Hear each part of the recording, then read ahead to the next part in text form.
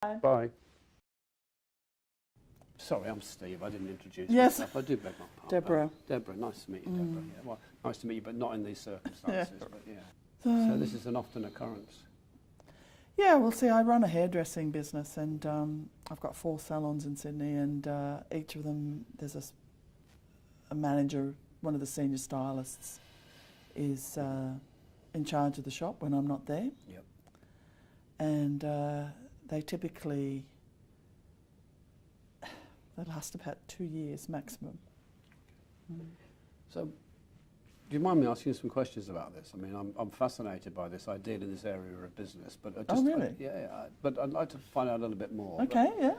So, what's been the overriding factor why they leave? Do you know why they're leaving? Well, they tell me that it's because they've been offered a job with a higher salary in another salon, or they want to go and start their own business. Okay. One or the other. Okay. And what have you done so far about stopping this? What actions have you taken to stop this? Well, when I recruit to replace them, I try and find out if they've got any ambitions around starting their own store. That's probably one of the key things. And they usually say, oh, no, no, no. What might be an alternative to starting their own store in that process? I'm sorry, I don't know what you mean. So if you were thinking about this I like creativity, if you were thinking about this from the outside, Yeah. yeah, and they did say they wanted to start their own store, what could you be saying to them that would keep them with you? What's the advantages of opening your own store? If you don't mind me asking you a rather pointed question, Yeah. who do you talk about these things to? Who's your advisors and guides on helping you sort this out? Well, I've got some friends who are hairdressers, and we all seem to have the same problem. So we talk to each other about how hard it is. So you're still doing the same things and still getting the same results. Do you remember what Einstein said about that? He called that insanity. Does he? I left school when I was 15. I don't know this stuff. Who's this guy you're talking about? Einstein. He's some European guy. Oh, okay. Yeah, so I also talked to my accountant about it, but he's not that clever on people things. Okay. What would you like to happen? Who would you like to have to talk to? So you sound interesting. We'll just take it a little bit further. If you just sat in a room, nice quiet room, and there were, I don't know, 14, 15 people like you, business owners, you had one question you could ask 15 really top CEO advisors, and they would do their best to help you, what would it be? How do you keep good quality people staying longer than 2 years? Okay. And what would you hope to get back in return?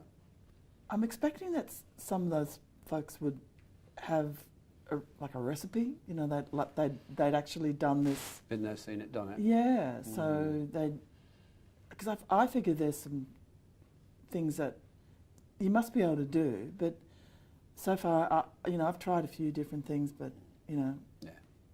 Well, I've got some good news for you. Really? Yeah. You're not unique.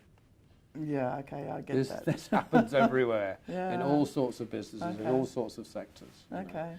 And it's a common occurrence, and the group that I chair and run and help are all full of CEOs who have these things, and we meet and we do that regularly.